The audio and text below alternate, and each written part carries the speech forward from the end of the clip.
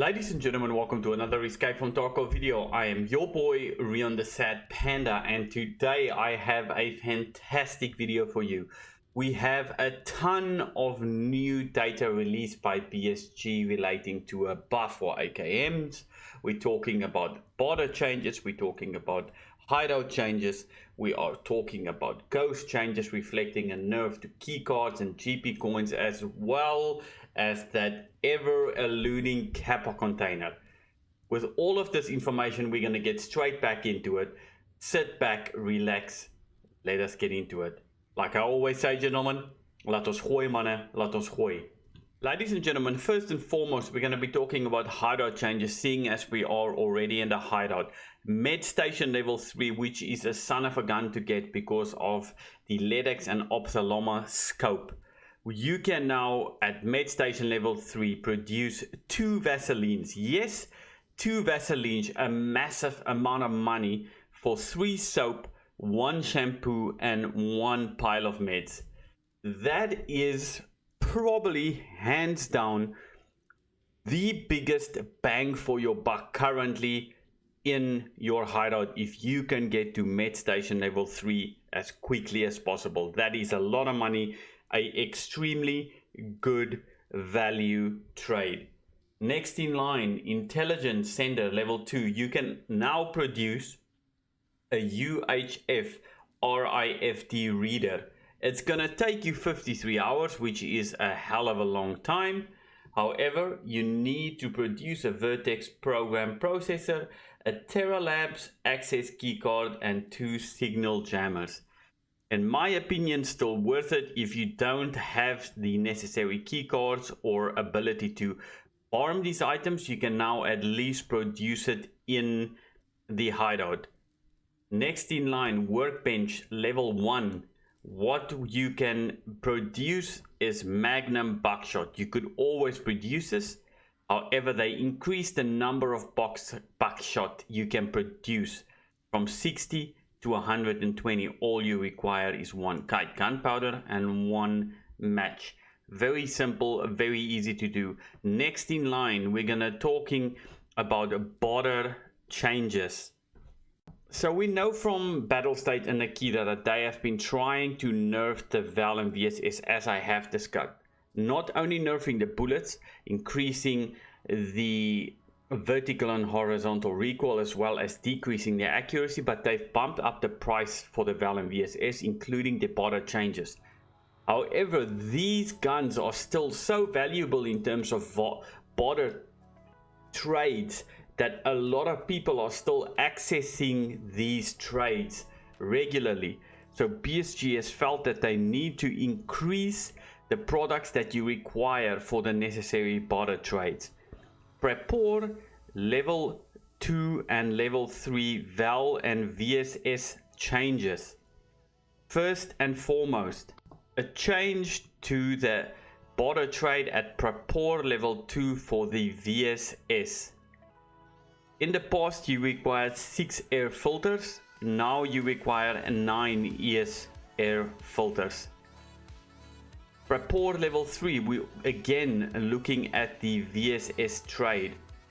In the past you required 4 long flat screwdrivers and 3 metal cutting scissors. The long flat screwdrivers have increased until 5. This in itself is an indication that BSG and Nikita is still attempting to address the value of the Val and VSS by increasing the border trades to make it even harder for people to be able to utilize these investments. If they die, it costs them a lot to invest to get it initially, so people may think twice about using the gun. There's also been a nerf to Ragman level 4 in relation to the border for the Elton helmet. You require 6 round pliers, 5 measuring tapes and 4 pliers. The 6 round pliers have increased, as in the past you had only required 5 round pliers. Next in line, we're going to be talking about gun changes. Most people that have followed me through a couple of wipes will know that I absolutely love AKMs. Even more so than M4s. Even more so than a Val and VSS. The only gun for me that really gets to it is either a SA58 or even an MP7. I love using AKMs, and to hear that the guns have been buffed are absolutely fantastic. First and foremost, if we're talking about an AKM, AKMS, AKMSN, the vertical recoil and horizontal recoil has been reduced, just a generic gun. The vertical recoil has been reduced from 225 to 205, the horizontal recoil from 468 to 448.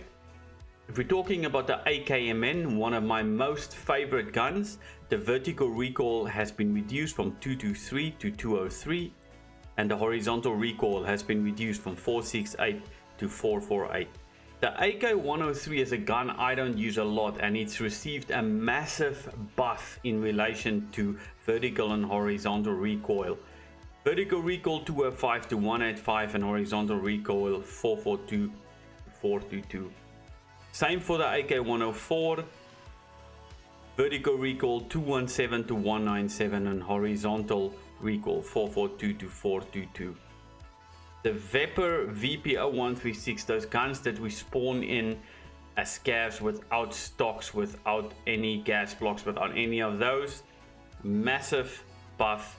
Vertical recoil 226 to 206 and horizontal recoil 468 to 448.